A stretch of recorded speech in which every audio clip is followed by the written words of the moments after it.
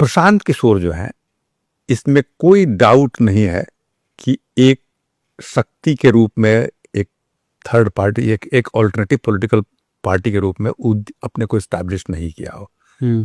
उनके पराक्रम को मैं दाद देता हूँ। अच्छा। जिनका कोई भी बैकग्राउंड राजनीति में नहीं, ठीक है पॉलिटिकल स्ट्रेटजिस्ट थे, किसी पॉलिटिकल खानदान जिसकी आप बात कर रहे हैं उससे वो नहीं आते थे, और एक प्रोफेशनल थे जो यूनाइटेड नेशंस में काम किया, प्लस पॉलिटिकल कंसल्टेंट थे जो बहुत सारे लोगों थे, उनको अनुभव तो था इस बात का। लेकिन अपने कोई ऐसी सुविधा नहीं थी जो उनको आसानी से नहीं मिल सकता था।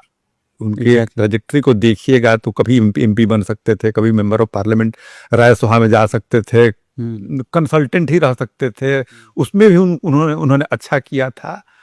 और उनको कोई जरूरत नहीं था कि कुछ नौकरी खोजने के लिए या कुछ पैसा कमाने के लिए हम कोई दूसरा काम करें।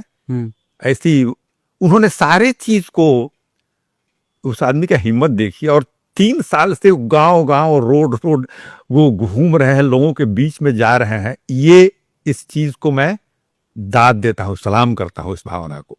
सक्सेसफुल होना नहीं होना दूसरी बात है।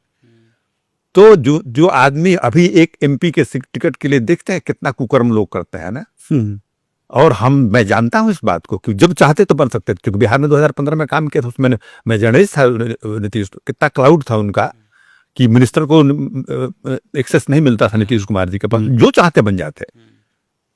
गुजरात में तो मैं नहीं था, लेकिन 2012-13 के चुनाव में मैं गया था गुजरात कवर करने के लिए, और हमको मालूम हुआ था कि वो प्रशांत किशोर बिहार में है, उसमें जानता नहीं था। सुना था कि बहुत ही मोदी के ये स्ट्रेटजी सेट कर रहे हैं, तो उनका वही स्थिति मोदी के पास भी रहा होगा, ममता बनर्जी के साथ में उनका रहा होगा, कांग्रेस में भी अपना वो गए थे अपना देने के लिए प्रपोजल की कैसे कांग्रेस को रिवाइव किया जा सकता है।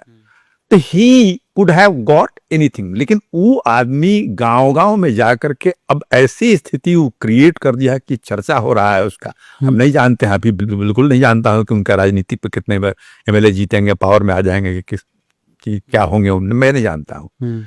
लेकिन जाकर के ऐसू टॉक करना, जो करप्ट है उसको करप्ट बोलना, चाहे वो बीजेपी का हो चाहे जेडीयू का हो, एविडेंस के साथ बोलना, और लोगों को बताना कि भाई आप अपने लिए वोट करो, आप अपने बच्चों को देखो, आपको एजुकेशनल इंस्टीट्यूशन हम खोलेंगे, हम पढ़ावेंगे आपको, आप चाहे तो हमको वोट दें, चाहे तो हमको वोट नहीं दें, आप कैंडिडेट को देखें और तब उसको अपने मिजाज से आप वोट करें। अगर हमारा भी कैंडिडेट खराब हो तो आप उसको वोट मत कीजिए।